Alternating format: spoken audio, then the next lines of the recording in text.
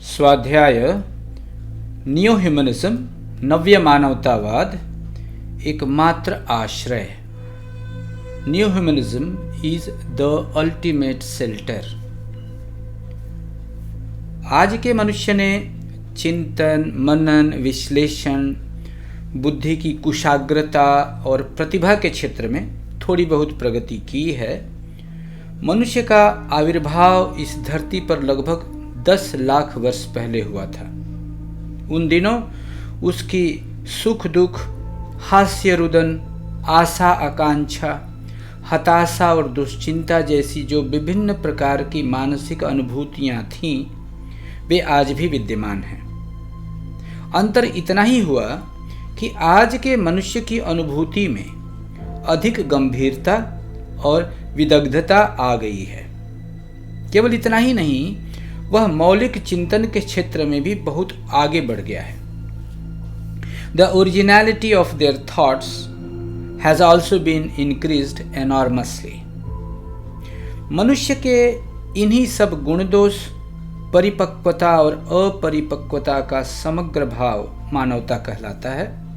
और जब उसकी यही सब भावनाएं और अधिक उल्लेखनीयता के साथ गौरवशाली ढंग से अभिव्यक्त होती हैं तो उसे मानवतावाद कहते हैं, जो कि परिपूर्ण मनुष्य और स्पष्ट कहा जाए तो सामूहिक रूप से समग्र मनुष्यों को दर्शाता है।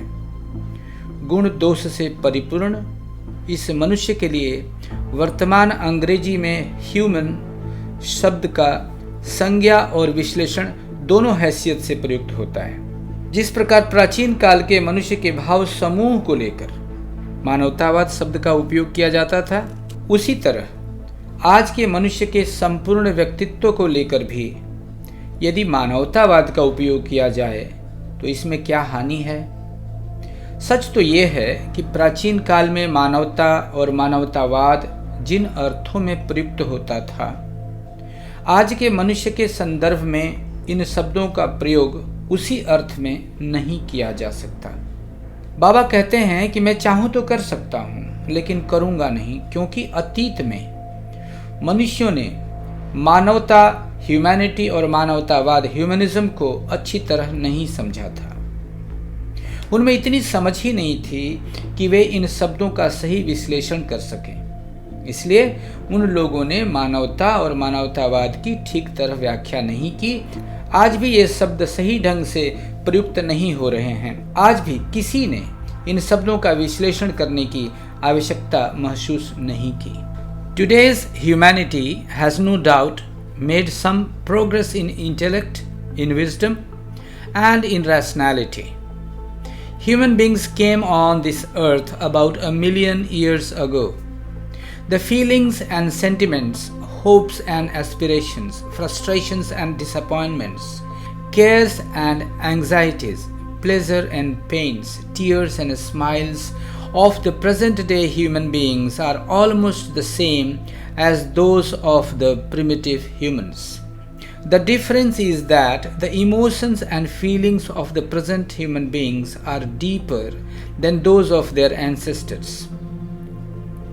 Not only has there been an increase in the depth of their feelings, but also with this there has been an increase in the originality of their thoughts.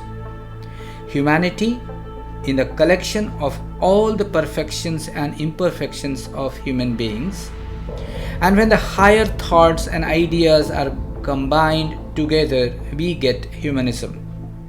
The word human is used both as a noun and as an adjective to denote a complete human being having both perfections and imperfections.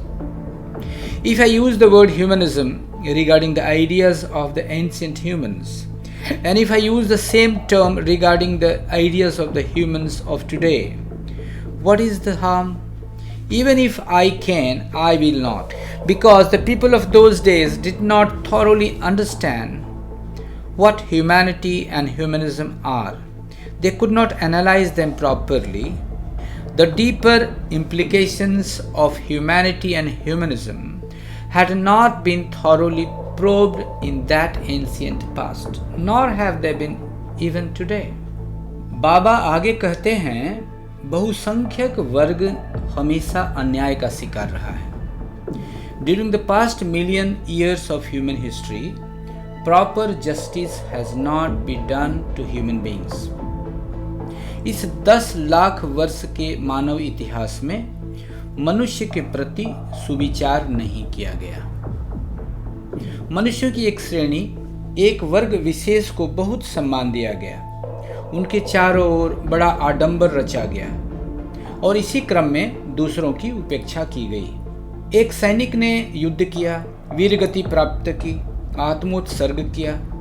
समाचार पत्रों ने बड़े बड़े शीर्षक से उसके बलिदान की चर्चा भी की. किंतु उसके मरणोपरांत उसके नन्हे मुन्ने बच्चों बच्चियों के लालन पालन में उसकी विधवा को कितनी कठिनाइयों का सामना करना पड़ा, उस खबर को समाचार पत्रों ने बड़े अक्षरों में नहीं छापा. अर्थात एक तरफा न्याय किया गया.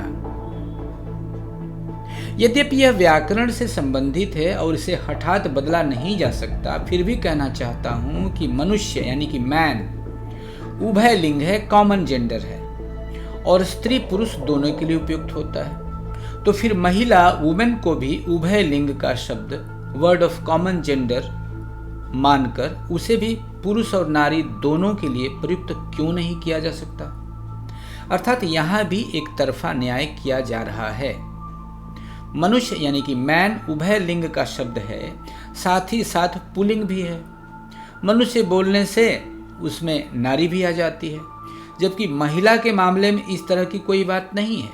अर्थात 10 लाख वर्षों से मनुष्य ने समाज के सभी वर्गों के प्रति सुविचार नहीं किया और त्रुटिपूर्ण जीवन के बोझ को ढोते हुए लंगड़ाते लंगड़ाते हुए चल रहा है. इसलिए कह रहा हूँ कि मानवता और मानवतावाद, ह्यूमैनिटी एंड ह्यूमनिज्म दोनों के प्रति आज तक न्याय नहीं किया गया. मानवता जो है वह भाववाचक संज्ञा है, जबकि मानव में ता उपसर्ग और श्निक प्रत्यय लगाने से मानविकता या मानवतावाद शब्द निष्पन्न होता है, जिसका अर्थ है मनुष्य के प्रति मनुष्य का कर्तव्य. किंतु अब समय आ गया है कि उत्पीड़ित मानवता या पददलित मानवता, डाउन ट्रोडन ह्यूमैनिटी और डाउन ट्रोडन ह्यूमनिज्म दोनों के बारे में नए सिरे से विचार किया जाए. बहुधा ऐसा हुआ कि कोई मनुष्य पीछे रह गया, मुंह के बल गिर पड़ा, उसके हाथ पैर टूट गए, कपड़े कीचड़ से लथपथ हो गए, दूसरों ने घृणा करके उसे दूर फेंक दिया, समाज ने उसे बहिष्कृत कर दिया, उसे अपने घर में ही कैद होकर रहना पड़ा. यही सब चलता रहा. जो उन्नति के रास्ते पर पिछड़ गए हैं उन्हें उठाकर साथ ले चलने का जितना प्रयास किया जाना था उतना नहीं किया गया. किसी ने कुछ किया भी तो वह दिखाई नहीं पड़ा. मनुष्य ने जब चलना प्रारंभ किया तो उसने अपने बारे में जितना सोचा, दूसरों के बारे में उतना नहीं सोचा. अन्य मनुष्यों के बारे में तो सोचा ही नहीं, मनुष्येतर जीव जंतुओं के बारे में भी नहीं सोचा, पेड़ पौधे के बारे में भी नहीं सोचा. किंतु जरा ठंडे दिमाग से सोचकर देखा जाए तो हमें अपना अस्तित्व जितना प्रिय है, प्रत्येक जीव जंतु का अपना अस्तित्व भी उतना ही प्रिय है. और समस्त जीव जंतुओं की अस्तित्व प्रियता को यदि यथा योग्य महत्व नहीं दिया गया तो संपूर्ण मानवता का विकास असंभव हो जाएगा.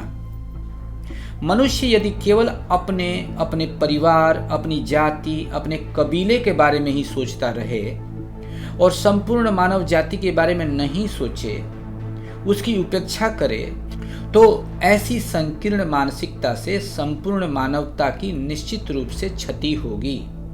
मनुष्य यदि सामग्रिक भाव से पेड़ पौधों और जीव जंतुओं के बारे में नहीं सोचे तो क्या यह भावना भी हानिकारक नहीं है? इसलिए आज इस मानवता और मानवतावाद की नए सिरे से व्याख्या करने की आवश्यकता है और इस नई व्याख्या से मानवतावाद जगत की बहुमूल्य संपदा में परिणत हो जाएगा, और वह है नव्य मानवतावाद। Baba says, during the past million years of human history, proper justice has not been done to human beings. A particular class, a particular section has always been given greater importance than others. And in this process, the other sections have been neglected. For instance, when a soldier sacrifices his life on the battlefield, his death is announced in bold headlines in the newspapers. But the same newspapers do not mention anything about the great hardship that his widow faces to raise their small family after the death of her husband. This is how one-sided justice has been meted out. Though the matter concerns grammar and is not easy to change overnight, man in common gender includes both man and woman. Then why does not women also means both man and woman? This is also lopsided justice. Man is masculine gender, but man is also common gender. Here man means women also. Human beings have limped forward in their journey of history for the last million years, bearing the burden of this defective social system. All have not been given equal justice. That is why I say that neither has justice been done to humanity, nor has justice been done to humanism, that is, the abstract noun for the works performed by the human beings for human beings. Now it's high time to make a reprisal of the downtrodden humanity, of the downtrodden humanism. Oftentimes, some people have lagged behind, exhausted, and collapsed on the ground, their hands and knees bruised, and their clothes stained with mud. Such people have been thrown aside with hatred and have become the outcasts of society. They have been forced to remain isolated from the mainstream of the social life. This is the kind of treatment they have received. Few have cared enough to lift up those people who lagged behind and help them forward. When some people started advancing, they thought more about themselves and less about others. Nor did they think about the animals and plants. But if we analyze with a cool brain, it becomes quite clear that just as my life is important to me, others' lives are equally important to them. And if we do not give proper value to the lives of all creatures, then the development of the entire humanity becomes impossible. If people think more about themselves as individuals or about their small families, castes, clans or tribes, and do not think at all about the collectivity, this is decidedly detrimental. Similarly, if people neglect the entire living world, the plant world, the animal world, is this not indeed harmful? That is why I say that there is a great need to explain humanity and humanism in a new light. And this newly explained humanism will be precious treasure for the world, and that is new humanism.